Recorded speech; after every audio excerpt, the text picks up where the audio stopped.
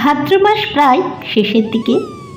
বাজারে তালের পরিমাণও অনেকাংশ কমে এসেছে এবং আমাদের প্রায় প্রতি ঘরেই তালের বিভিন্ন রেসিপি খেতে খেতে আমরা যখন বোর হয়ে উঠেছি, তাই আমি নিয়ে চলে এলাম তালের এক অভিনব রাজকীয় নরম তুলতুলে রেসিপি। এই রেসিপিটি জানতে হলে সমগ্র ভিডিওটি আমার পাশে থাকুন। ভিডিওটি স্কিপ না করে সম্পূর্ণ ভিডিওটি দেখুন, সঙ্গে কিছু টিপস ও ট্রিক্সও আছে। নমস্কার, আপনাদের সকলকে আমার মৌমিতাস ভ্যারিয়াস রেসিপিজের পরিবারে আমন্ত্রণ। Welcome back to my channel Moumita's various recipes.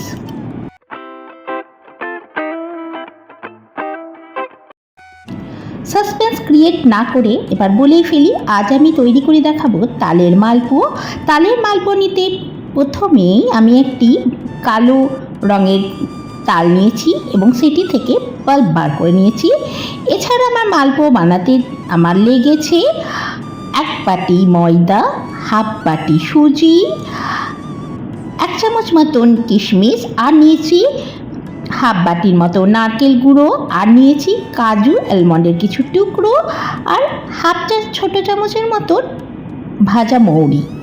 এবার আমি একটি মিক্সিং বোলের মধ্যে 1 বাটি ময়দা, হাফ বাটি সুজি, সঙ্গে হাফ বাটির থেকে একটু কম চিনি নিয়েছি। আপনারা চাইলেই চিনিটাকে গ্রাইন্ড করে নিতে পারেন।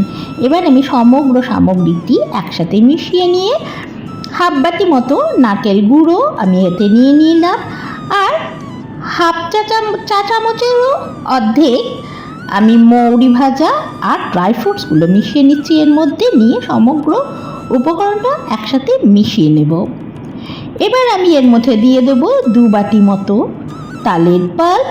তালের পাল্প আমি কিভাবে বার করেছি সেটি আমি ডেসক্রিপশান বক্সে আমার আগের ভিডিওর লিঙ্ক দিয়ে দেবো। সেই লিঙ্কটি থেকে আপনারা তালের পাল্প কীভাবে বার করা যায় সেটি দেখে নেবেন। এবার সমস্ত সামগ্রীটা আমি একসঙ্গে মিক্স করে নিচ্ছি। আবারও বলছি, আমি এখানে কিন্তু হাফ চা চামচের থেকেও কম মৌরি প্রথমে কাঠখোলায় ভেজে নিয়ে আমি এখানে অ্যাড করেছি, আর ড্রাই ফ্রুটস নিয়েছি। ড্রাই ফ্রুটসটা কিন্তু অপশনাল, আপনারা পছন্দ করলে দেবেন, না হলে দেবেন না। এবার সমগ্র সামগ্রীটা আমি একসাথে মিক্স করে নিলাম। এবার এর মধ্যে আমি যে বাটিটি নিয়েছিলাম সেই বাটিরই 1 বাটি দুধ মিশিয়ে দিলাম, আরও হাফ বাটি দুধ আমি সরিয়ে রাখলাম। ডোটা ফুলে উঠলে আবার দেব, কারণ কি, যেহেতু এখানে সুজি মিশিয়েছি তার জন্য দুধের পরিমাণ বাড়াতে হবে। এবার আমি এখানে সামান্য 1 চুটকি মতো খাওয়ার সোডা মেশালাম, সঙ্গে যে হাফ বাটি দুধটি ছিল সেইটিও এই মুহূর্তে আমি মিক্স করে দিলাম। আচ্ছা, খাওয়ার সোডাটাও কিন্তু অপশনাল, ওটা আপনারা চাইলে দেবেন, না হলে দেবেন না। এবার আমি ভালো করে হুইপারের মাধ্যমে সমগ্র সামগ্রীটি একসাথে মিক্স করে নিলাম। দেখুন আমার কতটা ফ্লাফি হয়ে উঠেছে ডোটা। এবার 10 মিনিটের জন্য আমি একটু ঢেকে রেস্টে রাখছি। এখন একটি সেরা বানিয়ে নেব। 1 কাপ জল নিলাম, তার মধ্যে 2টি এলাচ দিয়ে আমি একটু নাড়িয়ে নিচ্ছি। এবার বাটির থেকেও একটু কম আমি চিনি এর মধ্যে মিশিয়ে দিলাম। যেহেতু মালপোর আগে চিনি দিয়েছিলাম তাই এখানে পরিমাণ অনুযায়ী চিনি দিলাম। আপনারা যতটা মিষ্টি খাবেন সেই পরিমাণে চিনি মেশাবেন এবং সমগ্র সামগ্রীটি মিক্স করে নিয়ে আমি কিছুক্ষণ ফুটতে দেবো। সেরাটা এমন হবে না খুব ঘন হবে না পাতলা হবে, এমতো অবস্থায় ফুটিয়ে নামিয়ে দিতে হবে। সেরাটিতে খুব ঘনত্ব আসতে দেবো না, সেরাটিতে তার ভাবও আসতে দেবো না, ঠিক একটু চাট ভাব আসবে, সেই মুহূর্তে আমি সেরাটি নামিয়ে নেব। চিনি সেরা তৈরি করা হয়ে গেছে। ওভেনে একটি শুকনো কড়াই দিয়ে পরিমাণ মতন রিফাইন্ড অয়েল দিয়ে দিলাম মালপোগুলো ভাজার জন্য। এখন ডোটার কনসিস্টেন্সিটা দেখে নিন যে কেমনভাবে ডোটা তৈরি করতে হবে। এই দেখুন ডোটার কনসিস্টেন্সিটা ঠিক এমনি হবে, না খুব পাতলা হবে না খুব ঘন হবে। এমতো অবস্থায় আমি একটা একটা করে মালপো ভেজে নেব। আপনাদের সুবিধা হলে একের অধিকও একসঙ্গে দিয়ে দিতে পারেন তেলের মধ্যে, কিন্তু আমি একটা একটা করে দেব।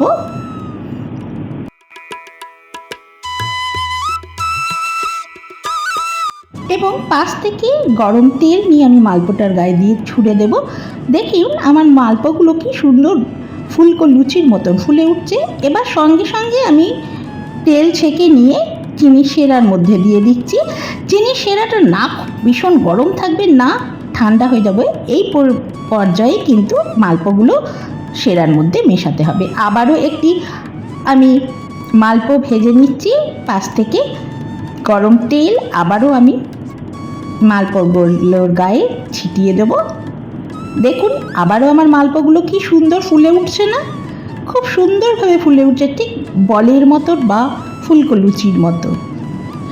আর আবারও বলে রাখি, তাল কিন্তু সব সময় কালো তাল নেবেন। বাজারে দু ধরনের তাল পাওয়া যায়, লাল তাল, কালো তাল। কালো তালগুলোই মিষ্টতা বেশি থাকে আর পাল্পগুলোও ভীষণ সফট হয় বলে আমি কালো তাল নিয়েছি। আপনারাও কালো তাল নিলেই মালপোগুলো বা তালের কোনো রেসিপি সত্যি খেতে ভালো হয় কালো তালে। আবারও আমি মালপোগুলো ভেজে নিয়ে চিনির শিরার মধ্যে দিয়ে দিয়েছি। দেখুন কি সুন্দরভাবে ফুলকোভাবে মালপোগুলো তৈরি হয়ে যাচ্ছে না। এভাবেই একবার বাড়িতে অবশ্যই ট্রাই করে দেখবেন। বেশি কিছু উপকরণও লাগে না। 10 মিনিটের জন্য আমি মালপোগুলো শিরার মধ্যে দিয়ে ফেলে রেখেছিলাম। 10 মিনিট পরে আমি শিরা থেকে ছেঁকে নিয়ে একটি সার্ভিং ডিশের মধ্যে সার্ভ করে দিলাম। 10 মিনিটের বেশি রাখবেন না, তাহলে মালপোর শেপগুলো নষ্ট হয়ে যেতে পারে। আর আমি যে কনসিস্টেন্সিতে ব্যাটার বানিয়েছিলাম সেই কনসিস্টেন্সিতেই ব্যাটারটাই তৈরি করবেন। এখন একটা মালপোকে আমি চামচের মাধ্যমে কেটে দেখাচ্ছি আপনাদের সামনে। দেখুন কি নরম তুলতুলে মোলায়েম হয়েছে আর ভেতরে বেশ সুন্দর কিন্তু রস প্রবেশ করেছে। এভাবেই একবার বাড়িতে অবশ্যই কিন্তু তৈরি করে দেখতে ভুলবেন না। আমার রেসিপিগুলি যদি পছন্দ হয়ে থাকে তাহলে অবশ্যই আমার চ্যানেলটিকে যারা এখনও পর্যন্ত সাবস্ক্রাইব করেননি তারা আমার চ্যানেলটি সাবস্ক্রাইব করে পাশে থাকা বেল আইকনটি অন করে দেওয়ার তাদের অনুরোধ জানাচ্ছি, যাতে আমি চ্যানেলে রেসিপি আপলোডের সাথে সাথে আপনাদের কাছে নোটিফিকেশন পৌঁছে যেতে পারে।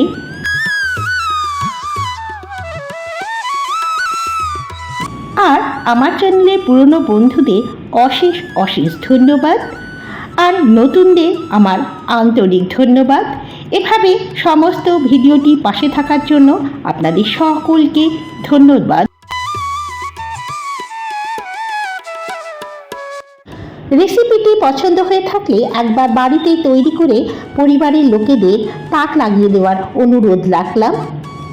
আজ আসছি, ভালো থাকুন, সুস্থ থাকুন, আবারও নতুন রেসিপি নিয়ে উপস্থিত হব। ধন্যবাদ সকলকে, নমস্কার।